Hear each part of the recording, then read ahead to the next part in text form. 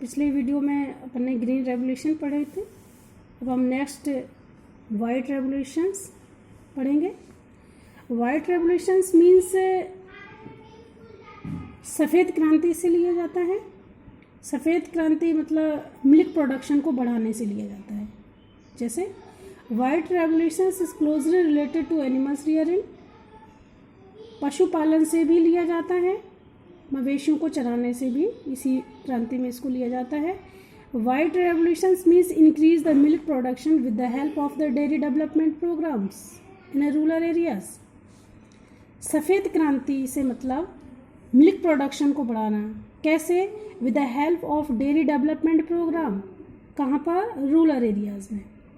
This is also known as a operation flood, जो कि operation floods के नाम से भी जाना जाता है। Government has developed new species by the interbreeding local cows and cows of foreign race. Government इस स्कीम में क्या करती है कि विदेशी काऊ और लोकल काउस में इंटरब्रीडिंग करवा के इसकी संख्या बढ़ाने के लिए काम करती है। विच प्रोड्यूस मोर मिल्क, जो विदेशी काउस होती हैं वो मोर मिल्क प्रोडक्ट करती हैं।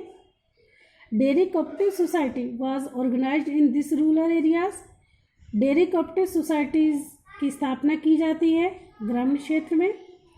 दीज सोसाइटीज़, अब इस सोसाइटी का काम क्या है?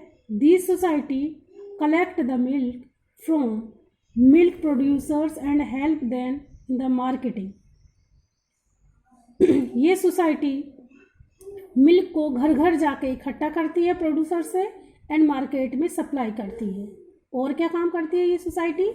Loan and medical facility for animals also given by the the society. Loan की व्यवस्था करना, ऋण की व्यवस्था करना, चिकित्सा सुविधा प्रदान करना एनिमल्स के लिए। This mission was started from Khera district Gujarat. इस मिशन की सर्वप्रथम स्थापना गुजरात के खेरा डिस्ट्रिक्ट में हुई। उसके बाद अदर स्टेट में इसको लागू किया गया, जिसमें से महाराष्ट्र, आंध्र प्रदेश, तेलंगाना, पंजाब, हरियाणा, राजस्थान, उत्तर प्रदेश। ये हेलो स्टूडेंट्स, थर्ड क्रांति अपन पढ़ेंगे, येलो रेवोल्यूशन, पीली क्रांति। पीली से मतलब तेल से, एडेबल ऑयल सीड्स मतलब तेल और तिलहन के उत्पादन से है। Research and development in the fields or productions of crops or edible oil and oil seeds is known as a yellow revolutions। तेल और तिलहन के क्षेत्र को आगे बढ़ाना। इस खेती में गिरावट आने की वजह से इसके प्रोडक्शन में प्रभाव पड़ा था, प्रोडक्शन कम होने लगा। उसका रीज़न क्या था? उसका रीज़न ये था कि सही तरीके से उर्वरक शक्ति का प्रयोग ना करना, सीमित मात्रा में सिंचाई के साधन होना, जनसंख्या वृद्धि होना, अनाज सुरक्षा नहीं करना और वैज्ञानिक पद्धति से खेतीबाड़ी नहीं करना।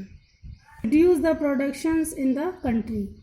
इन सभी कारणों की वजह से तेल और तिलहन में उत्पादन में भारी गिरावट आई। यहाँ तक ही करेंगे अपन पीली क्रांति को। अब नेक्स्ट रेवोल्यूशन है ब्लू रेवोल्यूशन। ब्लू मीन्स नीला। नीला मतलब मैं आपको ट्रिक बताती हूँ, नीला पानी, पानी में कौन रहती है? मछली। तो इस तरह से इस क्रांति में फिशिंग कल्चर को प्रोत्साहन किया गया। कैसे? Progress and productions and productivity is fisheries sector in the country is called blue revolutions. किस चीज़ में प्रोग्रेस? मछली पालन और मछली पालन की गुणवत्ता को आगे बढ़ाना। India is the world of third largest productions of fish.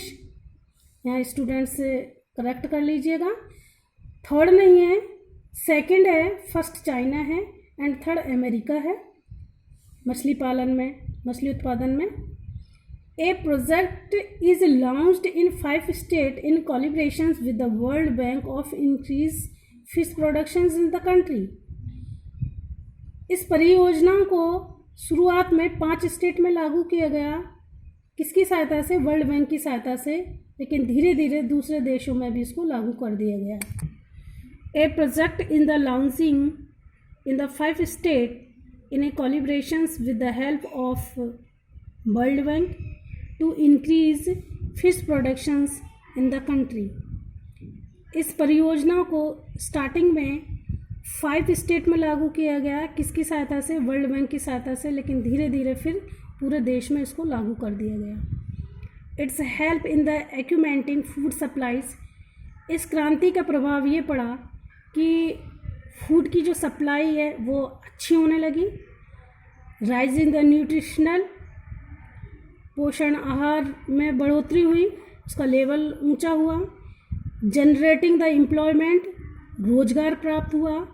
And earning the foreign exchange, विदेशी मुद्रा भी प्राप्त हुई।